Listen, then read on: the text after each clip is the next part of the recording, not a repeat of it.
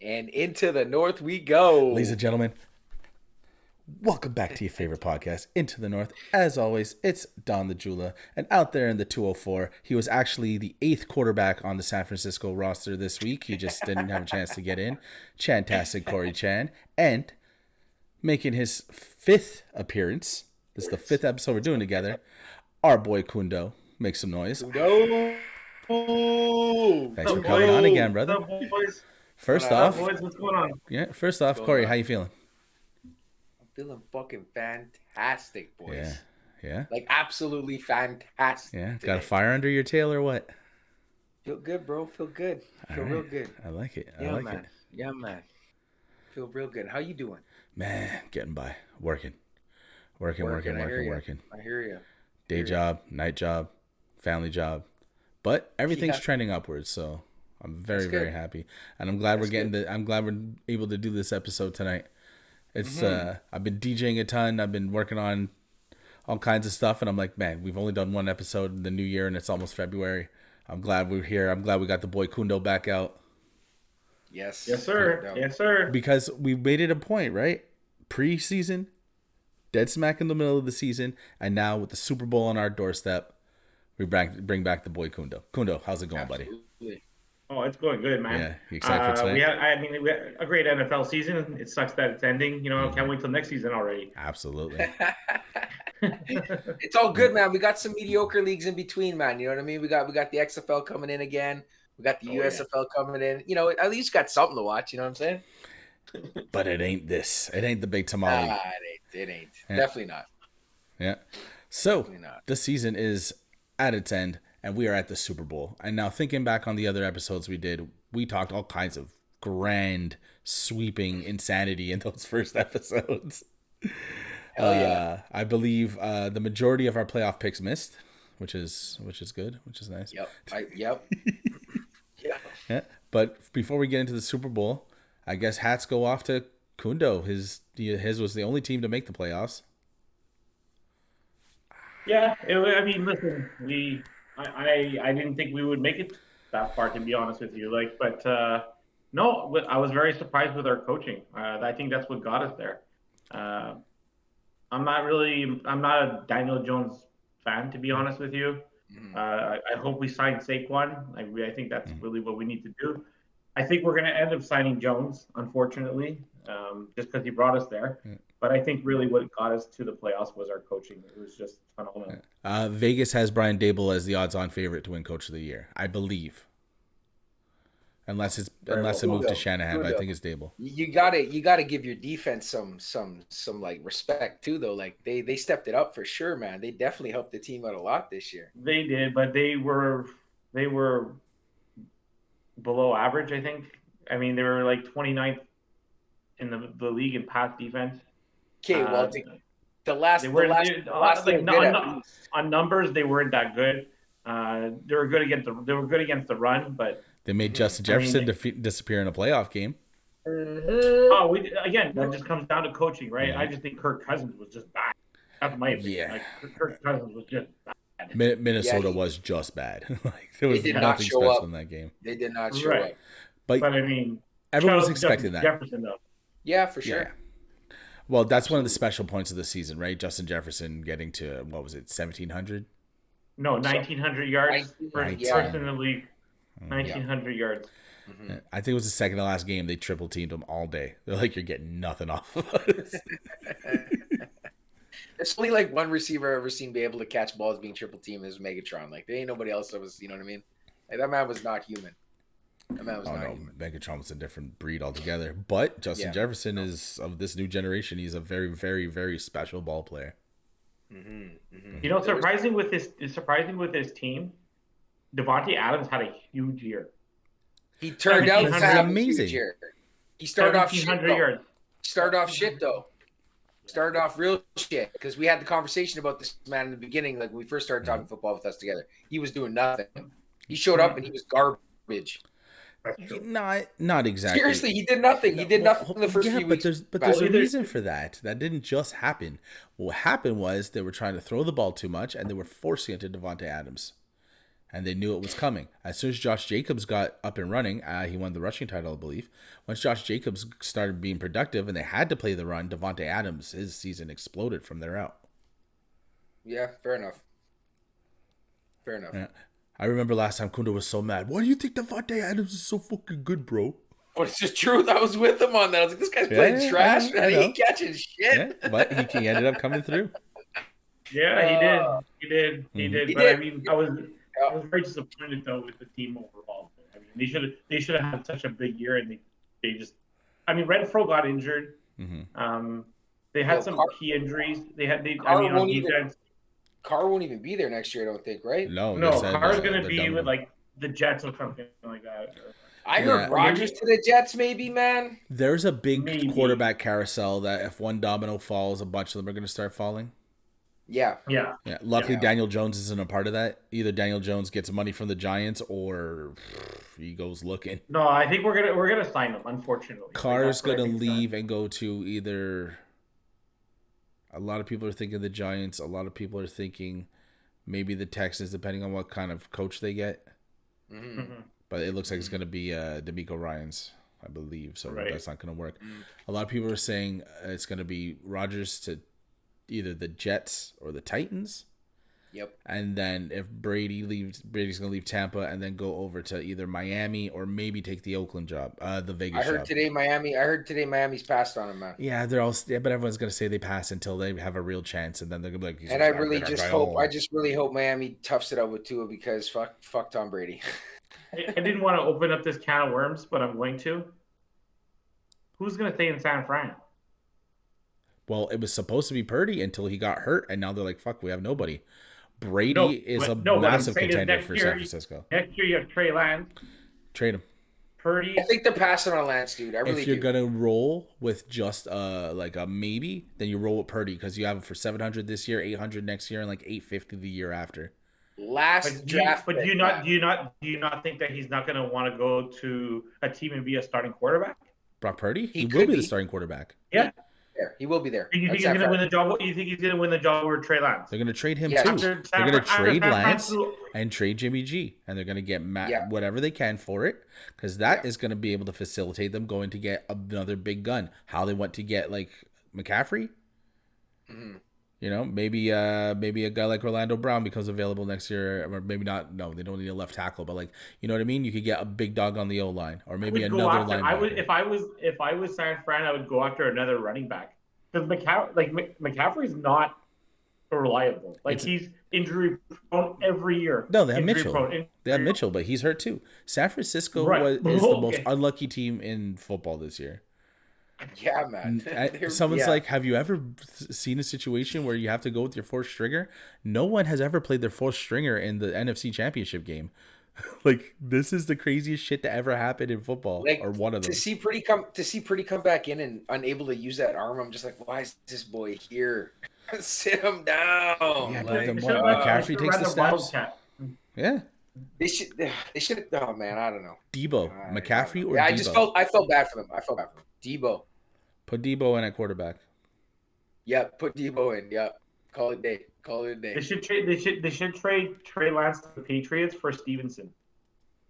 Ramondre Stevenson? No, you got him on a rookie contract. Yeah. Trey Lance, you want to try to recover some of that draft capital you gave up to get him, I would think. So because they traded up, they moved up to pick him. So True. It cost. True. Mm-hmm. True. Yeah, I don't know. What did you guys think of that game? To be honest, like, what was your thoughts on the actual play of that game? Like, how did you guys like watching that game? It was awful. Yeah, it was horrible. I could not believe it. It was just like, holy shit, this should not be happening right now. This is not what I predicted. I don't think the Eagles are. I don't think. Okay, I won't get into it. Forget it. No. Well, no. That's what we're here for. Yeah. No. What are you gonna say? You're gonna say you don't think the Eagles are the real deal. I'm with you on it. I don't think they are either. What I was gonna say was I don't think the Eagles are that good. If you look at their schedule that they played over the year, they played a lot of teams under 500. Mm-hmm. They won their games. Yeah. Don't get me wrong. For sure. But I don't think the Eagles deserve to be there. To be honest. They're a good team. Yeah, I still think San Fran was better than them overall, and yes, because of the injuries. You can't predict injuries clearly, Yeah. right? I think healthy San Fran would have beat him. I think so too. Yeah, sure. 100%. Like Yeah, we're talking the number one defense in the league, man. For Like sure. Yeah. For sure. And it just sucks that it's going to go down like this. And you know, even though I think the Eagles will win the Super Bowl, I hope they do. I don't want the other team to. That's going to be my pick. Mhm. I think the Eagles are just because I just think KC's too banged up. Like, yo, KC should have never fucking won that game anyway. They got 2 weeks off. It's gonna help. KC should have never won that game anyway. It's gonna help, but I mean, KC's banged up. Like, but Jalen Hurts is banged up. Jalen Hurts didn't play well. Like his numbers are bad for the last game. Yeah, but it's just San Francisco was absolute dog garbage. Eagles defense is way better than KC's defense. Yes. Yeah. No, I'll give you're right. no, for sure. I think KC's got a decent running game, but I don't know. It all depends on how Mahomes is feeling next that injury game. that he has is supposed to be a 6-week injury. He can't run. They're giving him the good stuff. Let's just say. Oh, absolutely, buddy. Like absolutely, he ain't feeling no pain. No. But shit, Derek, if that was you in that position, like shit, inject me, shoot me up right now, put me in, coach. I'm in. Like fuck. I shot up my knee for this podcast. I was in pain. I was fucking like. Like he's the only option they got. Their backup's trash. Like you know what I mean? Their backup's not trash, but it is not Patrick Mahomes in the Super Bowl. It's not comparable. Isn't it Henny? It's Chad Henne. It's not even close. Like, hey, I got a question. If KC wins next Sunday, not just in 2 weeks from now. 2 weeks, yep. Is it too early to say Patrick Mahomes is the greatest thing we've ever seen ever play quarterback in our entire lives? Because, like, it's pretty apparent that he's the greatest quarterback we've ever seen in our lives. Tom Brady. There's nothing Tom Brady's the best quarterback I've ever seen play due to the fact of the amount of rings are on this man's fingers. Sure, and that's going to be the major hurdle for him to be accepted across the board as the greatest of all time. But, like, there's nothing that Tom Brady does that Patrick Mahomes can't do. Patrick Mahomes does a million things Tom Brady can't do. To be honest, they're different, man. But watching Patrick Mahomes, there's never a second where I'm watching Patrick Mahomes and I think this Kansas City team has no chance. I just never seen a feel that way with Mahomes. Throw a ball in the most awkward fucking positions and make it happen. It's so fucking crazy to watch, man. I think we've lost the respect. I think we lost the respect from Michael Vick. I thought when Michael Vick came back, Michael Vick in his prime, and like let's say forget about everything that he's done as a quarterback. Michael Vick. Okay, I'm with you, Derek. I'm with you. Okay, listen, Michael Vick is the quarterback who changed the game for these Mahomes guys. You know what I'm saying? He's what made teams start looking into these mobile fucking quarterbacks, right? Like there was nothing like that. And who did Michael Vick have? Like Roddy White and. Okay, well, when Michael he played for Atlanta, had Deshaun Jackson, Jeremy Maclin, he had that really good receiving core in Philly. I don't even know. But even in Atlanta, didn't he like near the end before he got like thrown in jail? Didn't he have what's his name? It was more about his athleticism and how he was able to move around and avoid rushes and get that's gains. what it wasn't about his quarterbacking. And he still had a decent arm. Okay, yes, absolutely. Dude, the man could throw 40, 50 yards on the run. Like, it was nothing. I'm not going to compare him to Mahomes. I'm just saying I don't think we're – like, Mahomes is great. Yes, he is very good. Michael Vick isn't – Listen. There is no Mahomes without Michael Vick. There is no Michael Vick. There's no Mahomes without Michael Vick. Because Michael Vick changed the game of quarterback. Straight up. Well, I mean, Michael Vick never made the lead, and no one ever seen that. I think Michael Vick. I don't think it would have. I think Michael Vick jumped off of where Randall Cunningham got the quarterback position in that sense. Randall Cunningham was like the first Vick-ish guy. Yeah, but I mean, shit. If we're talking about mobile quarterbacks, we can talk about Fields all fucking day then. I'm not a Mahomes. Wasn't he supposed? Oh yeah, that's another one from the first episode. He was supposed to be the top 5 guys in the league. Yo, he made it pretty damn decent. I was surprised, but I mean, I don't know. He ran his fucking ass off, though. I'm not a Mahomes fan, so I'm just gonna say Peyton Manning. Okay. Peyton Manning too, man. Shit.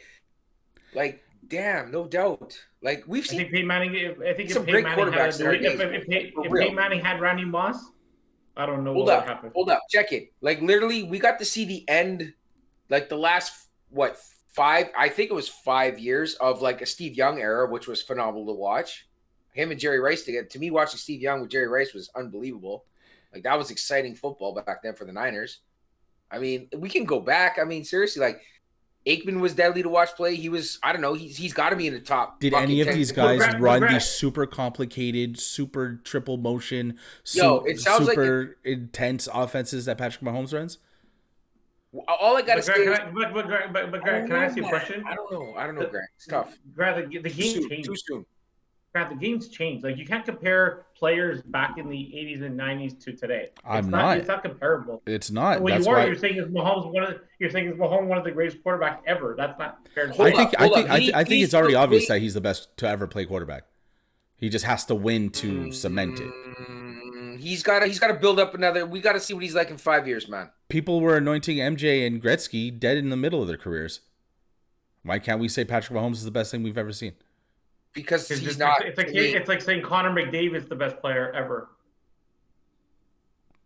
He's the best, thing. Right? He's very exciting, but he's not. He's getting 120, 130 points a year. He's scoring like retarded goal. Like he is definitely going to. It's the same thing. It's not fair to say because again, Gretzky is still known to be the best player. Ovechkin could be one of the other things too, right?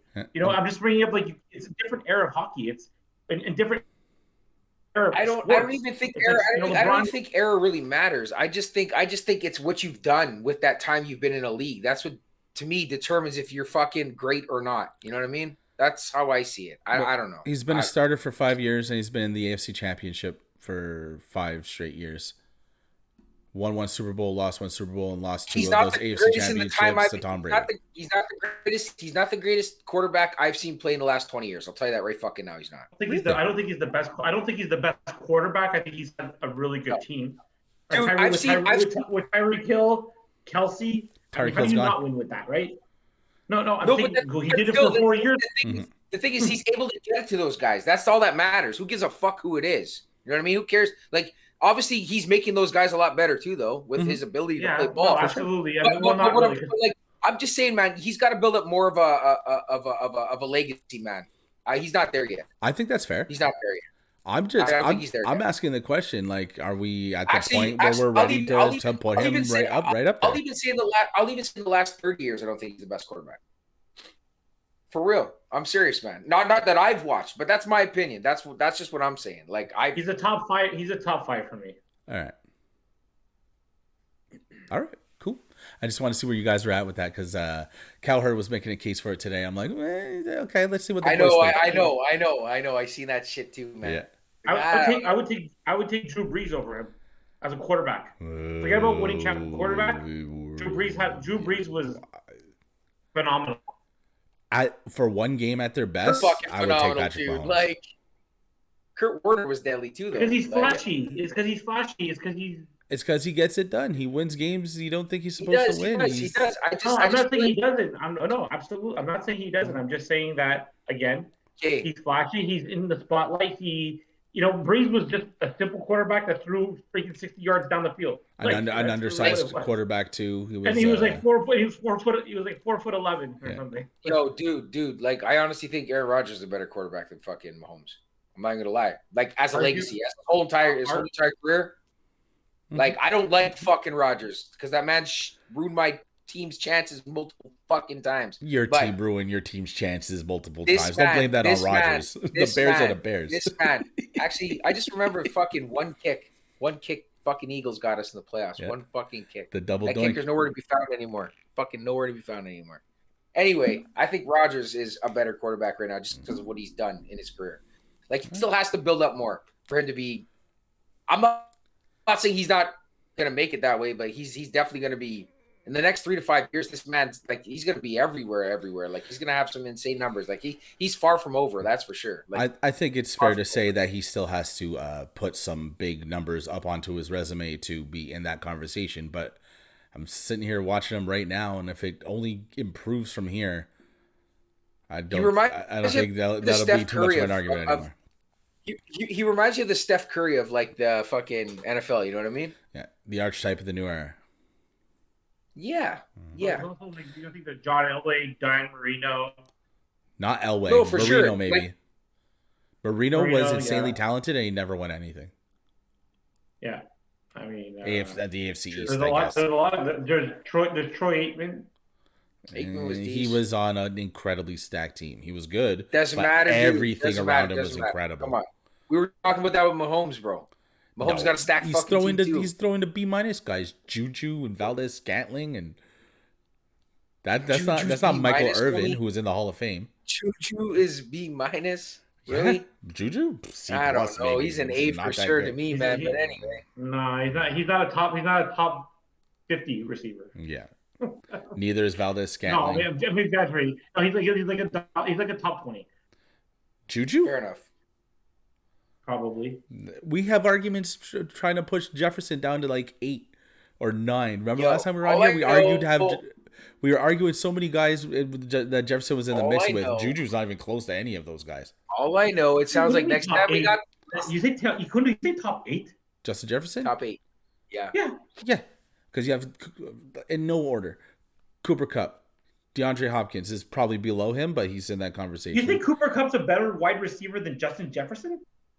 Not this year. He was out, but the year before he had the greatest receiving. No, he just gets a ton of receptions. He's a slot receiver. Justin Jefferson's like one of the best route runners in the league. One of them. He had one of the greatest. He won the Triple Crown. He had one of the greatest receiving seasons of all time. Well, he did. It doesn't mean he's bad because this year was awful. That's one season, though, Grant. That's one season, bro. Sure. Jefferson's doing it every year. That's what I'm saying. Like, even Diggs is better than I'm not trying to argue that there's guys better than Jefferson. I'm just saying, like, you got Jefferson, Jamar Chase, DeAndre Hopkins, Devontae Adams, Cooper Kupp. Yeah. Obviously not Terry McLaurin, but he's up there. AJ Brown is starting to enter that conversation. There's a bunch of guys that fell out of top 10 that Juju's nowhere near. Juju is not in the top 20. Not even close. No, I don't think so. I just think top 25, maybe. Keep going. I don't think he's not. He's definitely a second. He's definitely a second choice. I would like to have on my team. The point is this: Sky Moore, Valdez Scantling, Juju Smith-Schuster, who's hurt. The running game has not been great in Kansas City. Pacheco and Clyde Edwards-Helaire, and then you have the best tight end in football. But Troy Aikman threw to Michael Irvin. Terry Bradshaw had Lynn Swann and Stallworth and all these other massive names. Who else in that conversation? Peyton. I mean, Reggie Wayne and Marvin Harrison and Tom Brady. The list goes on. True. You know what I'm saying? So like Mahomes doesn't have. Obviously, Tyreek Hill is a game changer and he's incredible. I'm just saying he doesn't have the stable that some of these other guys had to throw the ball to. Fair enough. And Andy Reid is a GOAT. Like Andy Reid is a superstar. It sounds like we need to get Cundo back on here and do a Rushmore of quarterbacks. Quarterbacks? Yeah. Brady, of all time? We're not thinking about it right now. On to the next. Let's go, bro. Anyway, Cundo. Sammy Baugh, Joe Theismann, RG3, and Patrick Ramsey. Kundo's Jeff Hostetler, Phil Simms, Eli Manning, and who's the big guy? Jared Lorenzen. Jerry Lorenzen, get the fuck out of here, bro. I was gonna go with Collins. Kerry Collins? Yeah. Kerry Collins or Warner. Yeah. Oh, I left out Brunel for me. Nice. Yeah. So all that being said, 2 Sundays from now, confetti's falling. Who's holding up the Lombardi Trophy? Kudo. The Eagles. I'm hoping the Eagles. I mean, KC's too banged up. Like it's. How are you going to stop that play action? It's been so deadly for every team's having a hard time stopping it. Like it's just ridiculous. They're just lighting up the secondary. Mm-hmm. And I just think the Eagles have a really good defense, and Mahomes will either get injured or he's not going to be able to run out of the pocket. I mean, it's going to be a really tough game for him, to be honest with you. I don't think it's going to be a blowout, but I mean, it's definitely going to be one of those games where it would be disgusting to see KC win just because of all the injuries. But Philly beat a team on its 6th quarterback. Isn't it the same kind of yuck? But they also destroyed the Giants, and then they destroyed. I mean, they beat the teams that they needed to beat to get to where they are today. You can only beat the guys. And they weren't pushover teams either. You can put so much. You can put a lot on the quarterback. Yes, the quarterback did get injured, but when the quarterback got injured, they were still losing the game. Yes. So very true. Very true. There's no excuse. Very true. It's not like the ref won that game for them like the other game. So that's all good. Exactly. Well, yeah, that was ridiculous. Did you guys see that play? Guys, third down. Oh, fourth down. No, we need to do a redo. There's a redo here. They couldn't stop the play. They let the whole play happen, and then they saw what happened, and then they're like, wait, we need to do a redo. I was like, never seen that. I didn't even think that was legal, like what they did. I was like, what is going on right now? Like this, someone please fix this right now. Don't blame, and do not blame the fans, because I'm going to tell you right now, the ref could have easily just went like this with his whistle and stopped the whole play. But no, they let the whole play happen to find out what's going to happen, and then they said, no, we need to do a redo. There's footage of that official running on the field much earlier to stop the play. But yes, it does seem insane. It was crazy. Like in a playoff fucking game. Like, are you kidding me? Look at the college playoffs. Two targeting penalties right at the end that they decide to not call. Michigan lost because of that, and Ohio State lost because of that. Yeah, sometimes refs swallow the whistle. Like, but still, man, you know what? Like, to be honest, okay. They made a great example of that today on Cowherd, where he's like, you know why you don't see cops on major highways pulling over every single person who's speeding? Because you're going to ruin everyone's day. The commute's going to be hours and hours. If you call every foul on LeBron, basketball games are going to take 9 hours. Well, did you see the last LeBron game where he was complaining? He had every right. He got fouled. But anyways, that's not the point. Yeah, that was weird in the KC game. It sucks that the guy got that unsportsmanlike conduct at the end, but he was out of bounds, and then he chucked him in like.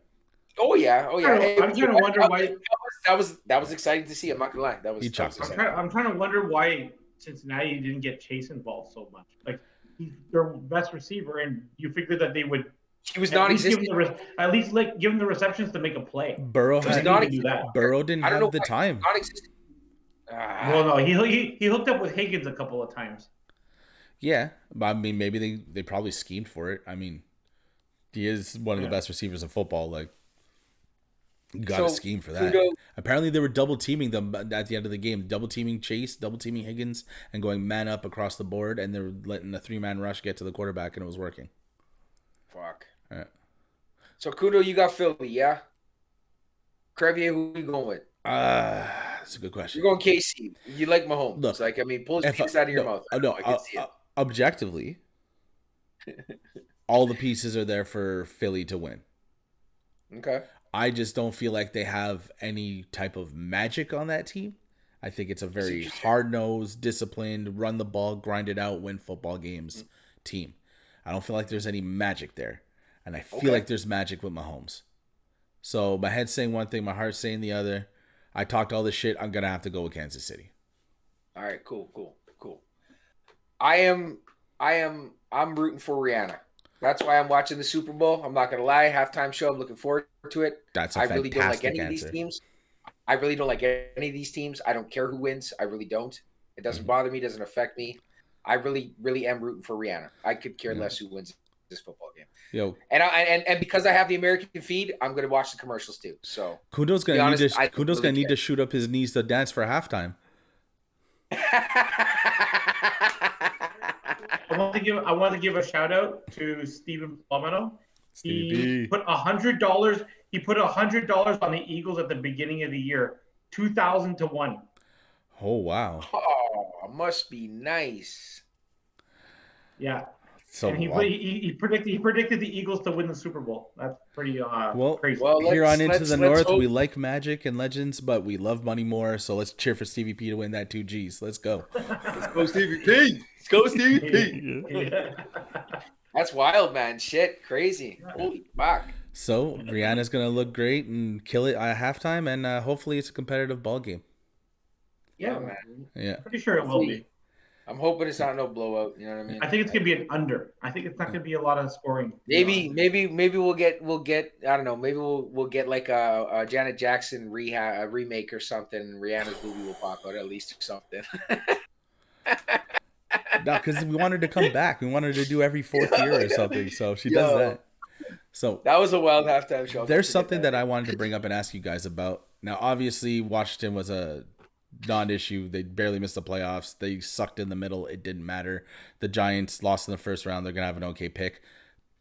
But the Chicago Bears managed to get the first pick in the draft. Right? Due to Lovie Smith at Houston saying, we're not going to blow this and tank it. We're going to go out there and we're going to win this football game because that's what we're out here to do. We're out here to win football games. So he gave away the first pick of the draft to win an almost meaningless game. I mentioned this, one, to bust your balls a little bit about the Chicago Bears, but also I want to know what you guys think about tanking and the idea of tanking. Putting less than players out there or your less than best effort out there to finish low to get a good draft pick. Well, I think it all comes down to the back in the day, the good old Pittsburgh Penguins, when they were putting out their fourth line every fucking night to start the games off so that they can tank and get the one and only Mario Lemieux to change that franchise around and make it what it is today. You know what I mean? So how do I feel about it? You know what? It doesn't bother me. I really don't care. To be honest, I don't mind it. I'm hoping the Habs get Bedard this year. So tank, Habs. Tank, please. That's the main crux of this because a bunch of teams are going to start being really, really, really, really, really bad trying to get a shot at Connor Bedard. Yeah, kid's got fucking last seven games, 16 goals. It's insane. Oh, yeah. It's insane. Cundo, what do you think fundamentally? Are you with tanking or do you look down on it?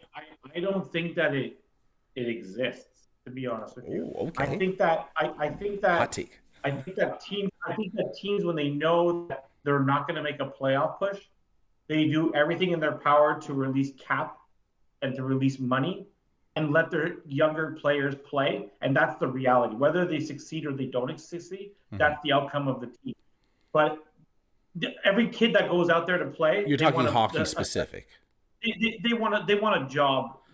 Yeah. I think any position, they want a job next year. So they're playing for their job. So they know that if they don't perform the chance that they have, then they know that they won't play next year. There's a lot of players, as an example, for the Montreal Canadiens that we've never even seen before. But because they're getting this opportunity to play, they're lighting it up. There's I forget the kid's name, but he already has like 3-4 goals in 5 games. But he hasn't played a game in the NHL. Sorry? Yeah, he just got here. Yeah. So I mean, like, I don't think that he just showed up. I don't think that they do it deliberately. I don't think that they do it. I don't think that they do it deliberately. I think that the teams play to their advantage. You know, they try to get their young kids to play. I think that they try to get rid of some of the salary cap, whatever is on their cap. You know, guys that are making $6, $7, $8 million. I'm talking hockey specific. Hockey's pretty much the only sport. I think teams are starting to realize that nothing's guaranteed. You can get the first round pick, but he may not pan out, or he might have a huge injury. Example. And if I'm a young forward, why am I going to shit the bed just so we could go and get this guy who's going to take my spot? But that's my point. So I don't think that teams actually tank. I just think that sometimes teams are just better than other teams, obviously. But I don't think they do it deliberately. Like, okay, we're going to tank so that we can get the first round pick. They don't care about Connor Bedard. They care about their own career. They care about their own salary. They care about what are they going to make next year. Obviously they want Connor Bedard. He's a great hockey player. So who says that Connor Bedard doesn't come into the NHL and gets lit up the first year? That's a fair statement, Corey. I agree. I agree that players don't want that to happen, but it's not up to players. When it comes to the organization, they tell you who's playing and when they're playing. It doesn't matter, dude. And to be honest, Pittsburgh is the first team to actually truthfully tank a season so that they can get Mario Lemieux. It's a proven fucking fact. They were playing their fourth line first They were getting the most fucking minutes. Like right now, do I believe the Habs are trying to tank? No. But I'm with you on that. They are going to offload once that trade deadline comes, bro. They are going to get rid of a few players that could probably help this franchise out next year, but they are going to dump, which is going to bring up younger talent, which is not going to produce a winning team. Mm-hmm. The franchise is looking into because they're good first. The Montreal Canadiens rebuild, like straight up. That's what's happening with the Canadiens right now, right? Are they purposely tanking? No, but they're purposely not putting out the best squad they possibly fucking can because they're gonna be offloading that shit just to see what their next young talent has and possibly get this fucking first round draft pick. But is that not just a distraction? Isn't that not just like a half-assed tank, like a not so blatant tank? Yeah, it's gonna be not so like obvious. Okay. You can't compare the Pittsburgh Penguins with the Mario Lemieux situation to today. That's why they put the lottery in place, right? So that you can say, like, you know what, you want to go tank? Good luck on trying to maybe winning the first overall, because that may not happen. Yeah. I get it, and again, hockey's the only fucking sport you can do this in. Hockey's the only sport you can do this. Basketball too has a lottery. Technically, basketball has a lottery. But I'm just saying, like, it's. Basketball, you don't tank. You're either fucking good or you're really shit. There is no in-between teams. That's not true, because San Antonio is actively playing the wrong guys to have a shot at Wanyama. But that's the thing. Like you said with Mario Lemieux. Cleveland, when they got LeBron, this Wanyama kid. If you have a chance to have a franchise-defining player, isn't it okay to kind of be garbage a little bit to try to change the future of the franchise? What's guaranteed? Nothing's guaranteed in sports.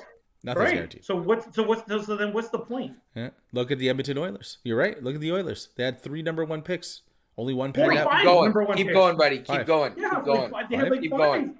Yeah, right. And look where they are today. Yeah. You know, yes, they got Connor McDavid, and they're a decent team. They still didn't win a cup. Yeah, Nugent Hopkins is nothing special. Eberle is only okay.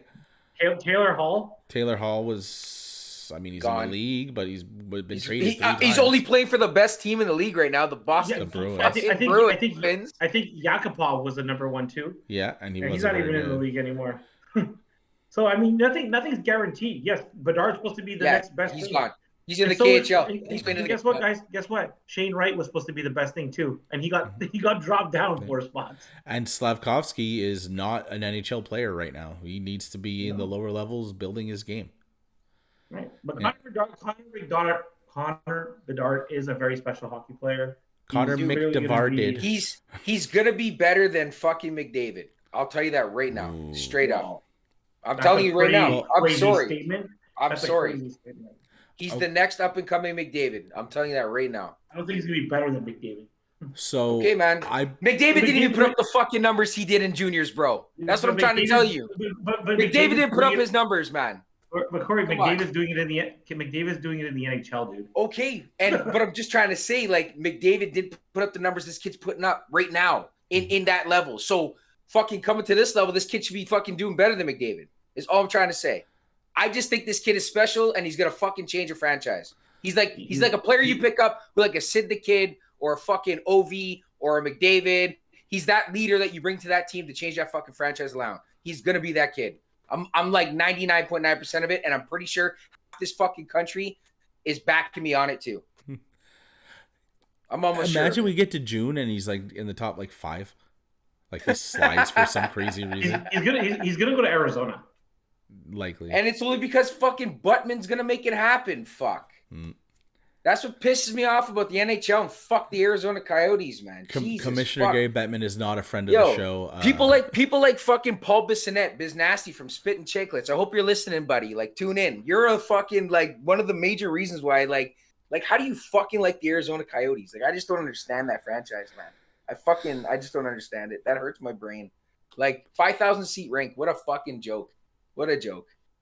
The whole franchise is just a joke. This is their 4th rink they're going to. Yeah, there are a lot of things that we need to fix about the NHL and a lot of those southern teams that don't draw. But that's a different discussion. Yeah, no doubt. So passion. That's all right. The best last episode, me and Chan were talking, Cundo, and I asked him, if your phone rings and it's the Arizona Coyotes and they're offering up that number 1 pick, Connor Bedard, for your best player, Who can you have on your team where you don't pick up the phone? Bedard for McDavid, you're not answering the phone for that. No. Right? No. Bedard for McKinnon? No. Because I have a hard time with proven NHL players that have done it every year. Mm-hmm. Well, every year since they've been playing, that proven that they can play in the NHL at a very high level and be a leader, and just take on a kid that could possibly do that. Okay. So I would not take that chance. Let's say, I know, but you take a chance every year drafting a player, dude. No matter what, you take a chance. Yeah, you're right. And half the guys, but this is what I'm trying to say. Half the guys don't have the fucking numbers this kid does, bro. This kid is a phenom. But he has the numbers in junior. It doesn't mean I know, but he's blowing records, homie. Like he's up here above everybody who's ever played in that division in the NHL now. So you would trade anybody for that number one pick? Not anybody, no. No, I wouldn't trade it. No. If I already have a leader in place, I wouldn't even. Dude, like. All right, so man, there's no. I would not. I definitely would not give a McDavid. You know what I mean? Okay. Fuck. So Cundo, who are the guys that you don't pick up the phone for? Who are they? Because you guys are the hockey guys. I'm not. Draisaitl? Yeah, I would trade Draisaitl for him. Yeah, you would trade Draisaitl for him. Tage Thompson. I think like I said, McKinnon and McDavid. Like I think those are the only two that would be untouchable. Austin Matthews. I would trade Austin Matthews. Tage Thompson. Huh? Tage Thompson. I would trade everybody. You can name off 70 more players. So there's only two guys in the league that are untouchable. McKinnon because he won a cup, and McDavid because he's the best player in the NHL. And that's where it ends. And Connor Bedard, like I said, he's himself in junior. But guess what? There's a lot of players that proved themselves in junior that killed the points, that like came in and said, "Oh my God, he's the best next Wayne Gretzky," and then we don't hear about him for the next 10 years. I wouldn't like. I don't know, man. I don't think I would even trade Sid the Kid. I would trade Sidney. He would never. He's untouchable. He's untouchable. There. There's no way. There's no way. Like Pittsburgh will not offer up Sidney Crosby to go to Arizona to get the pick for this guy. No. But Johnny Tays could move. I don't think Ovechkin would ever be even on the. Those guys are lifers. I don't even think Washington. Well, it's just a respect thing. I don't think it's a. Yeah. Well, I know he's still killing it. So you're telling me that there's only two guys right now going in the league that you don't trade for the number one pick and Connor Bedard. Yeah. I would give up fucking Suzuki for him. Well, yeah. Yeah, you would have given away Caulfield, Suzuki, and somebody else for him. No, just one. It would be a one-on-one trade. That's all. Take any six guys from the Canadians you want. And you could include three of them. Take any six. You could have Carey Price. Well, I'm okay, because like I'm a big fan of that. Like, you know, like obviously I bring him up all the time, but Cowherd said like for quarterbacks, there's only 5 guys he doesn't pick up the phone for. It's Mahomes, it's Allen, it's Burrow, it's Lawrence, and then who was the fourth one? He said Herbert, which makes sense because they're all young, they have good upside, they have futures, and then anyone else in the league he would trade away. Mm-hmm. So in the entire sport of hockey, this brand new, unproven kid, there's only 2 guys in the league you wouldn't give up for him. That speaks very highly of those guys. But, I mean, Makar? I would. Would you trade Makar for him? Yeah, I would. All right. Grant, he's supposedly supposed to be the real deal, but again, nothing's. I would want to see a season or two in him, be able to say, yeah, you know what, he's going to be a superstar. He's going to be McDavid. He's going to be better than McDavid. But again, McDavid's speed with the puck is just stupid. It's ridiculous. So all said and done, we're good with our teams tanking. Yeah, I'm cool. I don't believe in tanking. All right. I believe. I'll tell you right now. So we're comfortable with less than adequate roster decisions. Yeah. Vancouver Canucks just proved it tonight. They literally gave up fucking Horvat for 3 schmucks. But how much is Horvat making? Probably a lot. What's that? They want to release salary. They don't. Well, it's only because they signed, but they fucked them. It's a mess. That organization. I don't even want to get into that organization. They're a fucking mess. It doesn't even matter. Like they got rid of Bo Horvat, which is the guy they should have never got rid of in the first place. But either way, their whole situation over there in Vancouver is fucked when it comes to hockey. It's right fucked. It's a mess. It's a mess. I do believe that if you're going to be bad, be as bad as possible. Yep. And maybe that's tanking. Maybe that's just how it plays out. If you're playing for the LaFalle Rockets and you get this opportunity to come play with the Montreal Canadiens, are you going to be like, well, I'm just going to fucking tank? I'm going Derek, all out. Derek. I know, but Derek, that's not their best fucking player. They're bringing up the play. That's what I'm trying to say. But who says that these guys are not NHL? I'm just saying though, guy. Like they're purposely bringing these young cats up just to see what they got. They know they're not in a playoff race. They stand a chance of getting a first fucking place fucking pick, so man. You know what I mean? What happens if they win a hockey game with their? I'm not saying they won't. I'm just saying the chances, the odds are less. You know what I mean? That's you know what I mean. And they know this. They know this, Derek. It's all in their fucking plan, bro. All of the pieces matter. If these young guys come up and they win a few games, cool. If they don't, there's benefits in that too.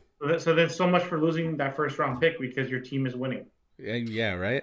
Okay. Yeah. Okay. No. Okay. It makes sense. There are teams who actively don't do that though. Maybe in Montreal's case, it's going to be a win, lose, whatever situation. But like there are other teams that actively play absolute bums. I just can't believe we're still using the same goaltender we are in Montreal. But anyway, no. I think that's purposely done too. They want to fucking sign that guy to long term, man. I can't. Motion Bo's fucking trash. Like that's what I'm talking about. Shit like that. Corey, we don't have a defense though, Corey. We don't have a team, homie. We don't have a fucking team right now. Dude. I said that to you at the beginning of the year. Our defense is brutal. Well, we have nobody. I wish we would have never got rid of Radulov. Fuck. Don't forget too, though. This is a team that drafted first in the draft last year. They were very bad. The Montreal Canadiens were very bad last year, and that's not trying to like shit on the hometown team. I'm just saying there's a reason why you're drafting at the top of the draft and not the bottom. You were bad. I didn't expect the Habs to make the Stanley fucking Cup. The guy that they drafted, there's no way in hell. Obviously didn't make an impact, so they weren't going to be that much better than bad. No, for sure. Right? Mm-hmm. Like, isn't this a reasonable expectation that the team this year was supposed to be bad? We're gone back. Like we're not seeing fucking playoffs for a few years, man. Like the Habs need a massive fucking tuning. Well, considering that it's a lottery, if they end up number one and they get Connor Bedard with Caulfield, the Slavkovsky kid, Bedard, and then the other pieces, they immediately look very, very, very interesting. I don't know about good yet, but no, you're not. Listen, I hear what you're saying, but again, no defense, no goaltending. You're gonna look like the Leafs. You're gonna look like the Oilers. You're gonna just look like a team that can score goals but let in 7. Leafs won a President's Trophy last year, 2 years ago. Yeah. No, but I mean, I understand your point. Your offense can be stunning, but if you have no goaltender and no defense, you're not going to be anything special. Yeah, I hear you. And like we said, you want to be bad. If you're only got a bunch of spots to fucking keep it. Yeah. Well, also, if you're only medium bad, you draft in the middle, and the world-changing talent isn't sitting there in the middle of the first round. At least not in the NHL. Yeah. You know, they only get so many superstars every single draft. Yep. And baseball, by the time the guy ends up on your team, it's been 5 years. Like, you get drafted in baseball, you're in the letters for a while, unless you're an insane game-changing talent. Well, or you're lucky, All right. So you've heard it here first. Yeah. You've heard it here first. Tanking does not exist. Cundo, you're brave, and I appreciate your bravery coming on to the show and letting them know that there's no such thing as tanking. So all you doubters out there could kick rocks. Yeah. And now we're going to move on to something a touch less serious, but just as important. We did this a little while ago for Father's Day, Chan and I. We built a Mount Rushmore of TV dads. Now, this is something we wanted to do a while ago with Cundo. We're going to do a Mount Rushmore of the 4 most important, influential, Montreal sports icons for myself and Cundo and Chan. And Chan, you are going to give us the Mount Rushmore of Winnipeg sports. Mm-hmm. Yeah. All right. Seeing as Cundo is our guest, lead off. They're not my favorite, but in my eyes, I think that they're the greatest of what they did. Okay. I'm going to start off with number 1, Patrick Waugh. I think Patrick Waugh was definitely best goaltender ever, arguably. Growing up as a kid, watching him play. Oh, I'll argue on Patrick Waugh's side. I'll argue with anybody. Yeah. Mm-hmm. He was just phenomenal, and again, like I said, just a legend. Mm-hmm. Mm-hmm. Yep. That's an excellent pick. I didn't like when as growing up as a kid and who he became as a person, just a complete jerk, and his whole background of the stories that I heard. It wasn't great, but again, just a great icon for the Montreal fans, and much appreciated growing up as a kid. Number 2 was Guy Lafleur. I think Guy Lafleur was very special, rest in peace. And again, ladies and gentlemen, go back and check out our Guy Lafleur RIP tribute video on our YouTube channel. Yes, absolutely. Yeah. The third, I'm going to say George St. Pierre. I got to say George St. Pierre. I mean, he brought something special to Canadian UFC. He put Canada on the map, bro. He put Canada on the map for UFC. You're reading my notes, eh? But I think George St. Pierre he's just one of those guys that, and here listening to his story, getting picked on as a kid, bullied, growing up and just working through all that, and never giving up, and today being one of the greatest fighters of all time, or one of them, there's nothing more to say than just that, Number 4 is definitely Vlad Guerrero. Nice.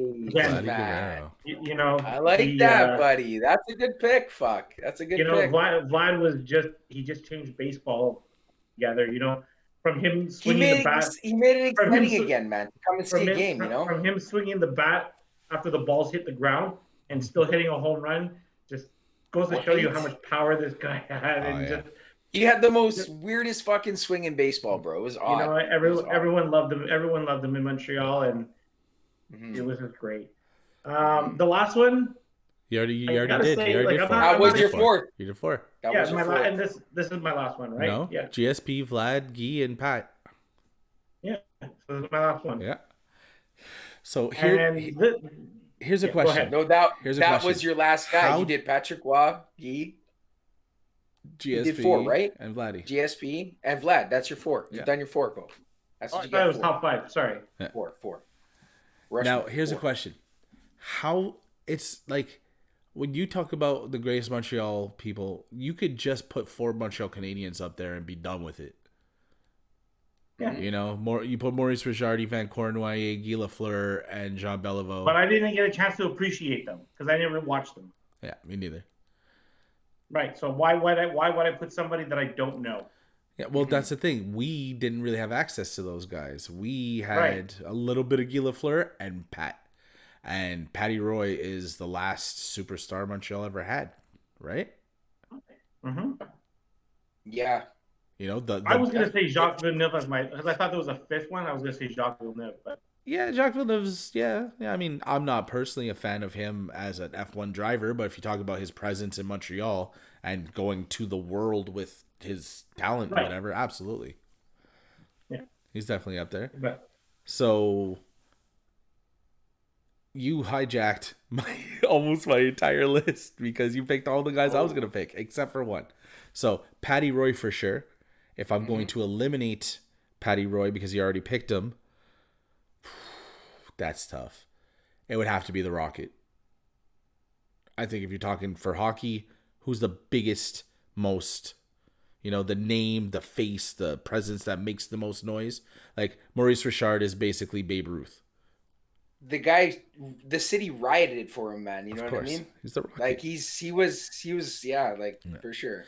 But Patty Roy's my choice for sure because, like Kundo said, we grew up watching him. He was magic. He is easily the best goalie I've ever watched. Mm-hmm. While Hasek could stop a million pucks and looked insane doing it, Patrick Roy was just fucking stalwart. He was a brick wall. He was brilliant. The butterfly, all of it. He had swagger. Patty Roy for sure. Mm-hmm. Number 2, since you took Vladdy, I'm going with Pedro. Yep. Nice. It was between him or Dennis Martinez, but I think Pedro. Dennis Martinez too, man. Shit, no doubt. Pedro made a bigger impact long term on baseball, and his time here was excellent. Yeah. You could argue he was the best or in the top 3 pitchers in baseball while being a Montreal Expo. Oh, for sure. He was up his there. His last season here, I would think, or the one before it. I can't remember. It's a long time ago. But yes, Vladdy would have been my pick. Kundo, you're sharp tonight, man. You're nailing him. Again, I thought I was being super slick and off the board, GSP, because GSP not only was a world champion, he's respected across the planet. He's trained in all kinds of other countries and shit, and people respect him. They love him. The most dominant welterweight of all time. I guess Kamaru is up there in that conversation, but not even only the most dominant welterweight of all time. Mm-hmm. I don't even know how many rounds he ever lost. Yeah, I don't know. He's lost the belt once, and it was to too soon to stop it. No. Matt Serra caught him with a lucky shot behind the ear. It rocked him. Too soon of a stoppage. No. He was eating it. They should have stopped it. He lost that fight, but it's because he didn't execute how he executes. The next fight, he took him down and fed him knees until the ref came in and stopped it. He completely dominated him the second time around. Yeah. But that's that weird loss that, catapults you back to okay, now I'm going to be the greatest ever. Mm-hmm. He's defended that title I don't know how many times. The combined record of all the guys he beat is one of the best in UFC history. And plus, I've met him. Like Kundo said, he was a little kid that got beat up who ended up becoming champion of the world. And he's humble and he's friendly and he's everything. He is everything that Montreal to the rest of the world isn't. A lot of people think we're arrogant and we're this and we're that, and the rest of Canada doesn't like us. We're just behind Toronto. The city of Montreal. I'm pretty sure everybody loves the city of Montreal. They just don't like the province of Quebec. Yeah, well, potato. Because everybody I've ever known who's come from this part or any other part of the country to Montreal has had a fucking time in their life. And then my last pick, where Kundo went with Guy Lafleur, I'm going with still the all-time leader in passing yards and touchdowns in the CFL, motherfucker, Anthony Calvillo, AC. Fuck. AC maybe right on top next to Patty Roy. If you want to talk about the best to ever do it, and if the CFL matters, it matters in Canada, it matters here, and AC was the man. Yep. I didn't say his name, and I just want to know what maybe your perspective was on this. I was thinking about it, and I'm going to ask Grant anyways. What do you think about Didier Drogba, what he did to Montreal? He was here for a half season. No, he was there for 2 seasons. He was there for 2, Grant. Okay. And I know for a fact because I was a huge Chelsea fan. But what did he do to soccer in Montreal? Nothing that wasn't already happening. He put points exciting. Up. He scored goals. To see him come. The city got excited about it, but we didn't win anything. The team didn't gain prestige, it was cool that Drogba came, but he came for a visit and then bounced. You know what I mean? Yeah. Okay. But yes, it shows that world-class European talent would consider a town like Montreal, because we also had Alessandro Nesta, who's a World Cup winner and all that good shit too, right? Devaio, yeah. Less so Devaio, but Nesta is an all-timer. Drogba is an all-timer. And these guys being willing to come to Montreal says a lot about our city and our growth as a team and as a club on the world stage and not just in the MLS. Mm-hmm. Right. Drogba could go to LA too, Yep. He could have went to LA, but he didn't. Sure. He chose here. So I think it was important. But if you want to talk about all-time soccer people from Montreal, Barker, Biello, now you got guys like Kamal Miller and Alistair Johnston on the actual Team Canada, and you know what I mean? But Mauro Biello, has been with the Impact / CF Montreal for how long? Since we were kids, we were watching him, right? Seriously, that long, eh? And now he's with Team Canada. But like, if you want to talk about Montreal soccer, he is arguably the biggest name. Obviously, I'm probably missing like a massive name that I should be naming off, but it's all good. But yeah, so that's my 4. And Cundo, man, you snagged you snagged them right off my fucking sheet, dog. That's amazing. Well done. Great minds think alike, and fools seldom differ. Yeah, no doubt. Yeah. But yeah, so Villeneuve would be your just off the mountain. Yeah, I mean, like I said, I think like he brought the F1 to Montreal. You know what I mean? Like, well, his dad did. His dad did, but I mean, but I can't appreciate his father because I didn't watch it. Because we didn't see right? it. Yeah, I can. Me all hungover on a Sunday morning. All you Villeneuve's in second place. At 6 o'clock, fucking.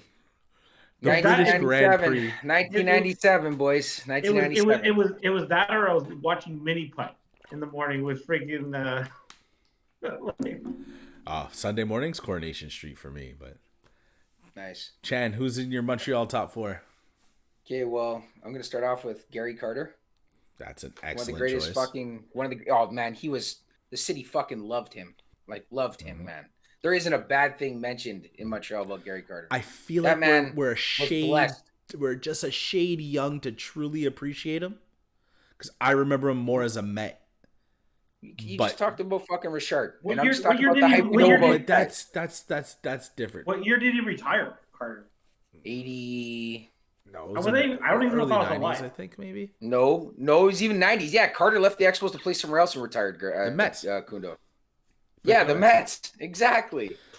So and then your boy Gary fucking Carter. Piazza came in after him, didn't he? A little ways later, because Piazza got drafted by the Dodgers. Oh, that's right. He played there for 3-4 years. Okay, so sorry for saying Gary Carter. My bad. No. That's why are you sorry? That's an excellent choice. I got Patrick Waugh too. Cundo got him though. It's more glory days than the Pedro Vlad era. I was originally gonna say Tim Raines because I got to watch him play. Tim Raines is cool. I remember he always had the chains on. He was a big name here too, but whatever. Gary Carter, to me, from what I heard and like just knowing what he did for baseball in the city, just seems like everybody loved him. And there's not, like I said, there was nothing bad ever said about him. I feel like Gary Carter's bigger. I did pick Villeneuve on my list because he beat fucking Larry Walker that year, and that's been like a huge like slap in the face to Larry. Canadian of the year?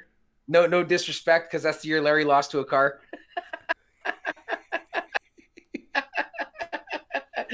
Oh fuck, Larry's still sorry about that. Love that man though. He was great to watch too. The city loved him very much as well. Hell yeah. And Grant, like Calvillo, like shit, man. Like AC, fuck, you were absolutely right about him. Like that man literally made football exciting in that city. It was just phenomenal to watch that man play ball. He was unbelievable. All right, I don't want to interrupt, but Gary Carter played his last game in 1992. Cool. That's all right. Nice. I was 10. I was going to Expos games when I was 4, so. Yeah, Gary Carter. No, I like Gary Carter. The whole city loves Gary Carter. So, excluding the millions of excellent hockey players, do you think we're leaving anybody out? Probably a lot of people. Gaddy? No. He left Montreal to go box out of another city. Yeah, not Adonis Stevenson. Who's the other guy? Jean Pascal. Jean Pascal's a world champion. Pascal, yeah. But I don't think he has that. We wouldn't carve his face into the side of a mountain. No, definitely not. Yeah, I guess Cahoon. But if you're gonna say Cahoon, you gotta say Calvillo ahead of him. Well, yeah, for sure. No basketball. So. We have some curlings. What was his name? Guy Chabot. Yeah. Guy Chabot, Team Quebec. Yeah. No, Cundo, do you think we nailed them all? I think we covered a pretty good angle. Eugenie Bouchard. She didn't really win much. She was good for a minute. There's also Russell Martin. Russell Martin played catcher for many years. Well, Gagne won the Cy Young. True. But they didn't play for Montreal. They're just from Montreal. From Montreal, yeah. Well, again, Villeneuve, and same with St. Pierre, right? Those are guys who are from the city, right? Yeah. They didn't play for the city. a team in well, the city. because they don't have there's no Montreal F1 team. No, but there's a track, so that's all that matters. Yeah, definitely, and it's one of the people love driving it too. It's fucking scary. All right. It's really scary. All right. Oh, and then last but not Winnipeg least, one, right? Yeah, the Winnipeg one, right? Yeah. So okay, so me and Cundo, I'm gonna pick Solani twice, and Cundo, you're gonna pick Solani twice. Just Timo Solani the whole way across, or I don't know anybody. Okay, Timo Solani, obviously the highest rookie scorer ever in history. The city was fucking lit up to see this guy play hockey from watching TV as a kid and just hearing the people talk about him here since I've been here, right? Milt Stiegel, the touchdown fucking beagle for the Winnipeg Blue Bombers, Grant Krevy, you got to see him break the record.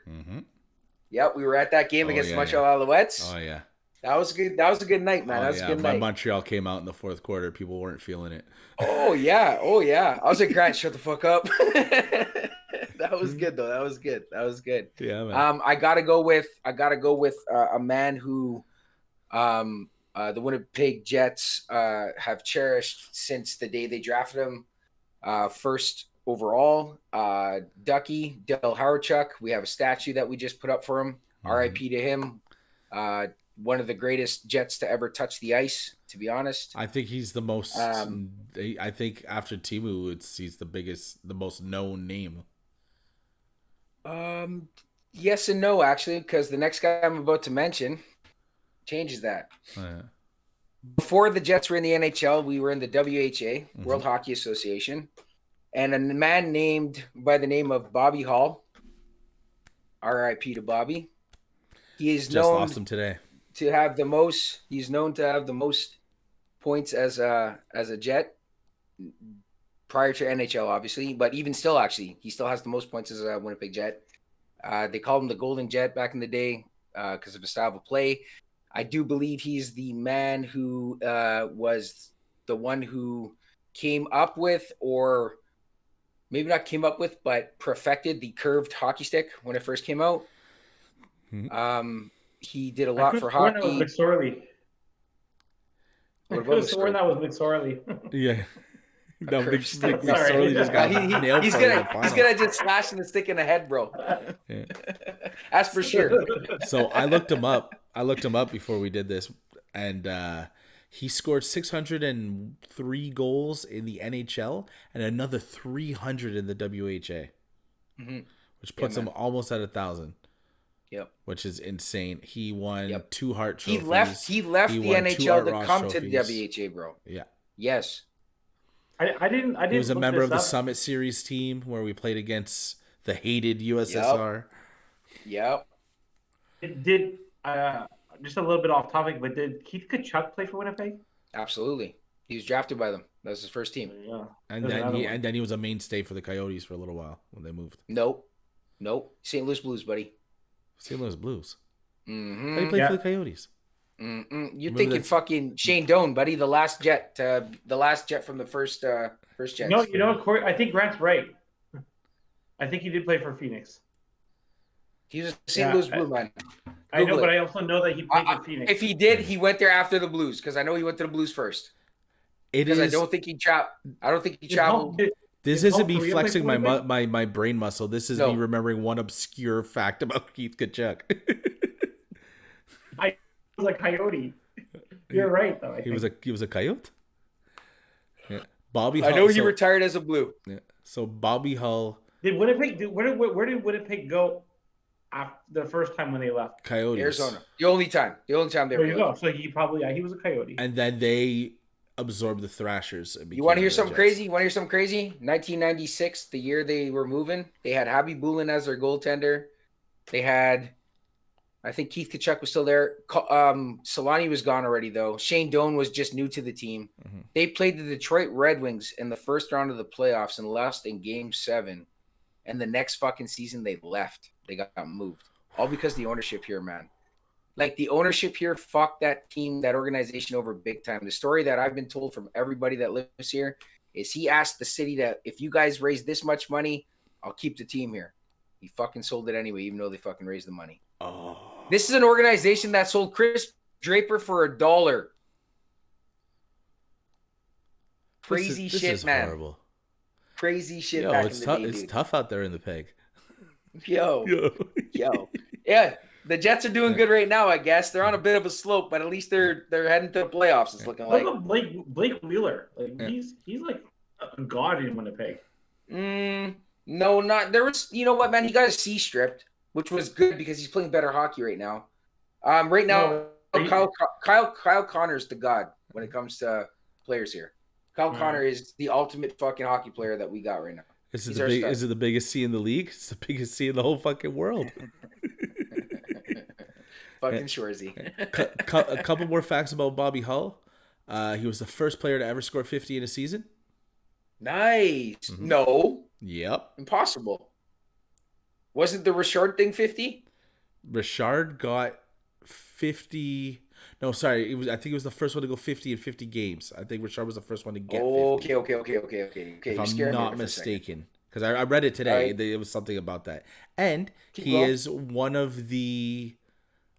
I think he's one of the only father-son duos to make the Hall of Fame and to score over X amount of goals. Nice. Bobby and Brett. Nice. Sweet, man. Sweet. Mm-hmm. Sweet. Yeah, and R.I.P. to Bobby. R.I.P. to Bobby Hull, man. He was a hell of a hell of a puckster.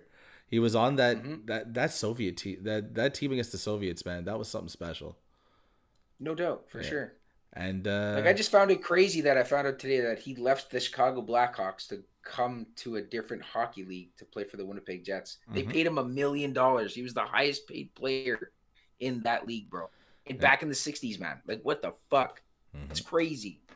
That's huge money, man. Yeah. I don't remember him at all. Do you think guys do? Go ahead. A 5-on-5 hockey game right now. I don't know why this is going through my head, but a 5-on-5 hockey game. Yeah.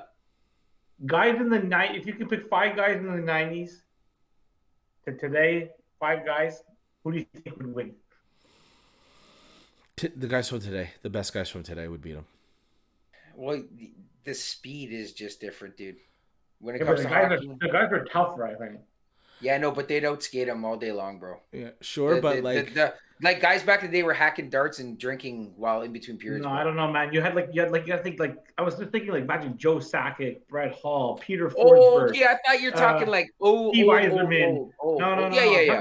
The 90s, man. Like 90s. Oh, well, I'm not but still the conditioning nowadays, Derek, is on a next level. How do you build that team? All your best guys were centers. Gretzky was a center. Messi was a center. Lemieux was a center. But I just named off players. Yeah. But I'm just saying, I'm pretty sure if you put 5 guys out there, No, I hear you. I know what you're saying. I know what you're saying. Brett Hall. Brett Hall. Like to be honest, man, I think there was better goaltenders in the early 2000s than there is right now. That's for sure. Mm-hmm. I think goaltending back in the day is better than today. There was bigger name goalies. Like when the fuck? See, that's another thing too, though. Do you guys ever remember when you were a kid? The backup fucking goaltender ever really playing? Yes. I don't. I remember Red Light Rasico getting lit up like fucking one game and he never seen the rink again. Well, he's right though. I think goaltenders back in the day played a lot more than they did. Yeah, man. Yes. Like fucking rest the goalie for fucking he needs only 30 games this year. Don't forget we're paying him $10 million. Tell him to fucking suit up every game. Don't forget too, we were watching Montreal Canadiens teams that weren't incredibly good. Like, if Patrick Waugh wasn't in there, their chances of winning dropped significantly. Well, no, for sure. There's also Brodeur. But I'm saying, when the fuck did Mike Richter's backup ever come in? Never. He got Brodeur's backup. Never. So Mike Richter's backup got traded because he was actually really good to the Florida Panthers, and he took him to the Stanley Cup Finals. John Van Beesbrook. Van Beesbrook. The only time that you have to. Yes, I just said Mike Vernon. Yeah, Mike Vernon. Well, yeah, Mike Vernon, Chris Osgood. They were both there, I think, at the same time. They both fought Patrick Waugh back season after season. When they both went toe-to-toe. You gotta love how Patty Roy would just beat some ass too, eh? Yeah, man. Oh yeah, he was crazy. He was crazy. He's still crazy. Olaf Kolzig with Washington. Olaf Kolzig. Yeah, Kolzig was good. Yeah, for sure. What was the guy who played for the Sharks? Was it Habib Bull? And it was Osgood. No, the Sharks. Russian guy. He got traded to the Flames, maybe? Was it Kiprasov? It was... I don't know. Nabokov. was another good goaltender. Nabokov. Sharks goaltender. But I mean, I feel like nowadays, like people are picking up. Nabokov was his name. Like I feel like we're picking like people are picking up goaltenders either that are near the end of their careers or guys who are only making $750K. Like it's weird. I think the talent's just getting so much better.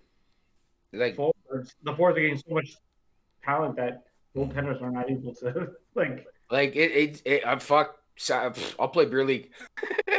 Like it's scary, man. It's scary. Like this is what the NHL wants, though. The NHL wants a lot of goals because this is what keeps the fans interested. Oh, for sure. These, for sure. These 1-0 games just don't fly anymore.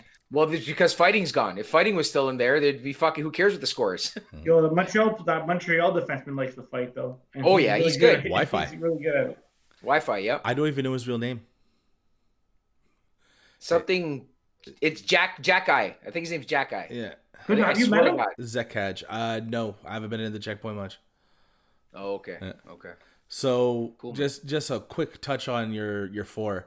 Not Dunnigan over Stiegel? Fuck no. Milt Stiegel, they gave him a street, man. They've named a street after him. Fair enough.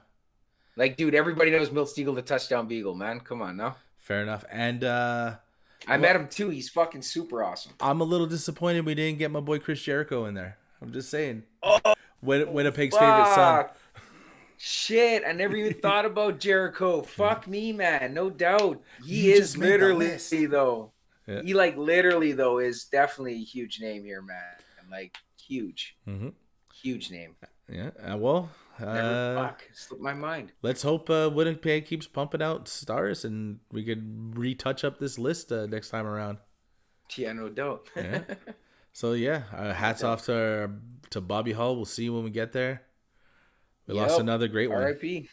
Yes, we did. I hope the next time we do this, guys, we're going to be talking a little bit of baseball. Yeah, we could. Hey, season will be starting soon. Season will be starting soon, Cundo. Season starting soon, guys. We'll talk a little bit of baseball. Yeah. We'll do it. Next time. So this is the end of the football season. Yes. If we could get you in around, I guess, when hockey playoffs start / baseball starts, so April? Mm-hmm. Around then? Unless something massive happens in sports, or maybe we'll have you on. We'll talk something else. Tournament, March Madness. I'll discuss that with you because I do not care for college basketball in the least. Way better than the NBA. Way better than the NBA. NBA. I don't know if you guys saw that. I saw 285 points in a game. I'm like, I don't even think they scored that in an All-Star game. Even if they tried. You know how much these tickets cost? You think I'm here to watch missed shots? I want to see dunks, baby. Dunks. Dunks all day. $17 for a beer. I better see windmills every second fucking play down the court, dog. No doubt. Let me see that double pump. Yeah, man. Boom. Yeah. Oh, word. LeBron's going to fight KD at center court? Yeah, all right. I'll stick around for that. Let's do this. Giannis and Embiid in a cage match. Run it. I'm down for whatever. Run it. Yeah. Exactly. It's disgusting though. They just run as fast as they can up and down the court. It's ridiculous. Yeah, no doubt. Fantastic. But when's the last time you watched an NBA game? I watch it all the time. It's exactly what you're saying. It's just the playoffs isn't. When it gets down to actual playoff basketball, it's not that anymore. It's still high scoring, but it's not that. There's a reason why Boston keeps doing so well. They play defense. Right. They're a well-coached team. Yes, they are a well-coached team. They do have a good organization there, man. But I mean, who was it? Was it Milwaukee? What? For what? That scored 200 points in the first half or whatever it was? Yeah, it was. Dude, I was watching. Milwaukee had 87 points in the first half. First half. I'm like, just score 160 points. No problem. I think the Nets, too, ran up some crazy first half score. Oh, that's wild. Back in the day, 87 points was enough for the whole game. Oh, you won the game, 87-86. I don't know, man. I used to watch MJ and the Bulls put up stupid numbers, bro. Stupid. Yeah, for sure. Not in the finals, though. It was 98, 96. It was never 126 to 101 or something. But the man never played. But the man never played any teams that were competitive enough. Hey, Crevier. He did. Why he's a bum. Fuck off, man. No, he's not. He's not next a topic. bum. Next topic. That's next it. Topic. We're done. We're at an hour and 20, boys. We're not done, boys. I got something to tell you, boys, right now. Uh-oh. April 21st to the 24th. Get ready, boys. We're coming from a bachelor party. Oh, shit. You heard it here first on Into the North, ladies and gentlemen. Coming, Trans bringing the Winnipeg boys into the La Belle Province. April 21st? 21st to the 24th, homie. Mm-hmm. You're bringing your boys? We coming. Oh, shit. We ready. We ready. Derek, why you look scared, bro? Why you look scared? I'm going to make it to your wedding. So, just in case our old ladies are watching this, Taryn, Amanda, I'm going to keep everything above board and out of jail as to the best of my abilities. I'm not babysitting nobody. That's all I know. No. And you know what? There's definitely I got to make sure you don't go to jail. No, I ain't got no worries with that, bro. I can handle my own. It's a couple of homies that I ain't babysitting no one. Yo, I'll tell you that right now. Kundo, we're gonna have fun, bro. We're gonna have fun. I don't doubt it. Yeah. So we'll be in touch, Crevier, with the other boys there, and we'll figure out the whole, because we're landing in Ottawa first, right? So absolutely. Yep. Yeah, Into the North's been touching down in each of the cities. You're gonna rent a hotel? We're working on an Airbnb possibly, but we'll chit chat. Don't worry, we'll find a charming alley. We'll put the boys to bed for a little while. Everyone catches a nap and then back to work. Yeah. This has been episode 39? Gotta be 38 or 39. We're getting up there. 38's already happened. I'm pretty sure this is 39. Number 39. The 5th time Kundo's been on the show. Mm-hmm. Yeah, man, it's cool. I have fun. I have fun doing it. We love having you on, bro. It's always good, bro. It's always good, man. Seriously, you always got a hot take or two. We definitely appreciate it. I just steal Grant's picks. You just teeth my whole page, like I'm writing and then Kundo's like, I actually saw his face like this. Like, am I gonna get a player? Grant's like, yeah, so I just chose what Kundo did. We're good. Good. I'm gonna go with Saku Koivu, Henry Rodriguez. Yo, you know what though? Saku was a big name for the Habs, bro. He was. But that's on a list of 40 big names for the Habs. Pierre Turgeon was a big name for the Habs, so. So was Vinny Downfoos at one point. The one that lost cup.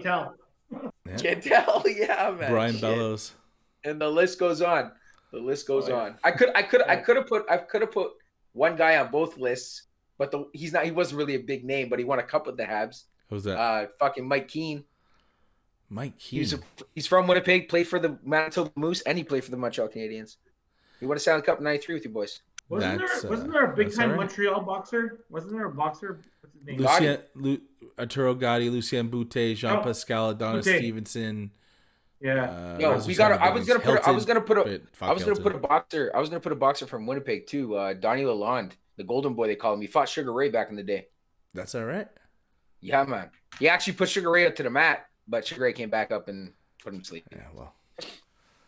Some people are all timers and some people are Danny Lalonde. It's just crazy. This guy had a crazy record too. Hell yeah.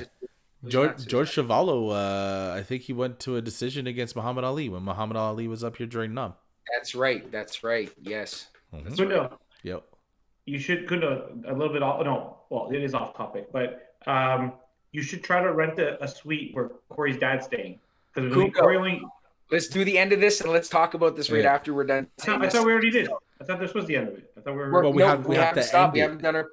We have to peace out. We're going to talk about this right away. Yo, let's do this. Grant will delete all this anyway. Yes, I know. No. I'm leaving all of this in. This is fantastic. Yeah. Yo, can I just say how much fun it is? Like we've known each other since fucking diapers. Like it's a lot of fun to do this together, and we're gonna do it again. For sure. Yo, we get to meet up twice this year. Hell yeah. Shit. Let's get it, boys. All right, boys. Go back and check out our other episodes with Kundo if you like. Check out our last one where we tear apart the Rolling Stone 200 list. We got some more guests coming up. We got new TikTok stuff up. We got some Instagram stuff up. We got a mixtape coming for Valentine's Day, but we'll discuss that on another episode. And hit us up in the comments. Let us know what you like, what you didn't like, if we're stupid, if we're brilliant, if Kundo is easily the best looking guy on the show. Look at this kid. And that's about it. Thank you so much. Episode 39. We love y'all. Into the North. Yo. One more time. Thanks for coming out, Cundo. We appreciate you. So from my dude Cundo and for Corey Chan out there in Winnipeg, Manitoba, I've been Don the Jeweler. Stay safe, take care of each other, and say goodnight to the bad guys.